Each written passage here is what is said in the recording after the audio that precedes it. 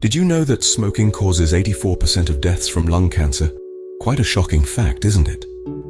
Now I want you to meet John. John is your typical guy next door, friendly, good at heart, and a social butterfly. But John has a habit that's not so pleasant. He's a smoker, and not just a casual one. He's been puffing away for a decade now, and he's blissfully unaware of the dangers that lie ahead.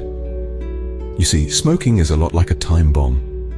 It's all fun and games until it blows up, leaving nothing but devastation in its wake. And the worst part, the ticking is silent. Now, let me throw some numbers at you. Each year, more than 7 million deaths worldwide are directly linked to smoking, with an additional 1.2 million being the result of non-smokers being exposed to secondhand smoke. That's more than the population of some countries, folks. And lung cancer, it's not just a possibility, it's a reality for many smokers.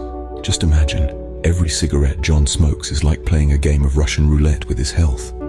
The odds are not in his favor. Smoking is the leading cause of lung cancer, contributing to a staggering 84% of cases. That's almost like saying, out of every 100 people diagnosed with lung cancer, 84 of them are smokers. Yet John, like many smokers, lives in a bubble of denial, thinking he's immune to the dangers. But the truth is, no one is.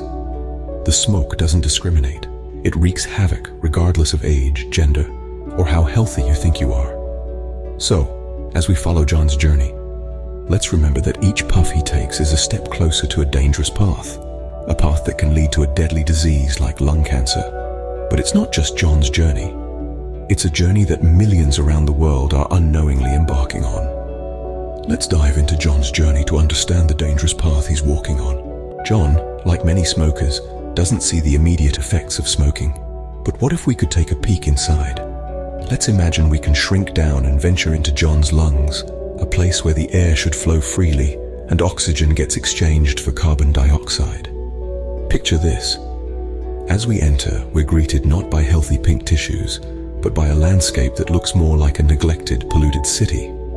The walls, once pristine and clean, are now coated with a sticky black tar. This tar isn't just unpleasant to look at, it's a collection of harmful chemicals. There are over 7,000 chemicals in cigarette smoke, and many of them are downright villainous to human health. Some of the major offenders include formaldehyde, used in embalming, benzene, found in gasoline, and arsenic, a common rat poison. These chemicals cling to the lung tissue, causing inflammation and scarring over time. As we delve deeper, we see the tiny air sacs, or alveoli, where oxygen is supposed to enter the bloodstream. But here, they're struggling. Many are shriveled and damaged, victims of the ongoing chemical assault. This damage reduces the lung's ability to oxygenate the blood, which means less oxygen for the heart, brain, and other vital organs. Now, let's talk about mutations, the kind that can turn a healthy cell into a cancerous one. The chemicals in cigarette smoke are like tiny molecular bullies, pushing and prodding the DNA in lung cells until it breaks or changes. These mutations can lead to lung cancer, one of the deadliest cancers worldwide. Understand, every puff of smoke that John inhales sends in more troops to fortify this assault. With each cigarette, the risk of mutations increases, and the battle against his own body intensifies. So John continues to smoke, oblivious to the war raging inside his body. As time passes, the damage inside John's lungs gets worse. Let's see what happens next. Imagine the lungs as a bustling city, vibrant and full of life. Now imagine that smoke from cigarettes is like a thick, toxic fog rolling in. At first, the city copes, but as the fog thickens over the years, the city begins to suffer. This is what's happening to John. In the early stages, John might have felt a bit out of breath after a jog or coughed in the morning. Nothing too alarming, he thought. But these were the first whispers of trouble, the early warning signs that the delicate lining of his lungs was starting to react to the constant assault of cigarette smoke. As the years rolled by, the occasional cough turned into a chronic hack. It was no longer just morning coughs. It was an all-day affair. Breathing, something so natural and effortless, became a task. John found himself gasping for air after climbing just a flight of stairs, a stark contrast to his previously active lifestyle. Then came the wheezing, the whistling sound with each breath, signaling that his airways were narrowing and inflamed. Imagine trying to breathe through a straw all day, every day. That was John's reality. The city in his chest was crumbling. The once efficient transportation system, his bronchi and alveoli, was now clogged and damaged. Oxygen struggled to get through, and carbon dioxide loitered in the airways. The vibrant city was now a shadow of its former self, struggling to function under the smog. John's body fought back, of course. His immune system sent in cells to fight the invaders, but the battle only caused more inflammation and scarring.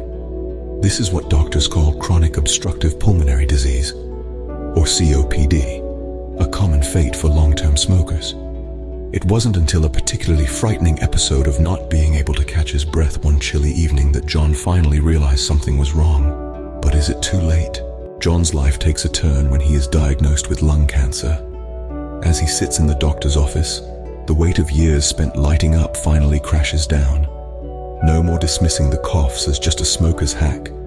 No more ignoring the stark health warnings emblazoned on cigarette packs. John's mind races through a whirlwind of emotions. There's shock, naturally, tinged with a hefty dose of regret. Why hadn't he quit earlier?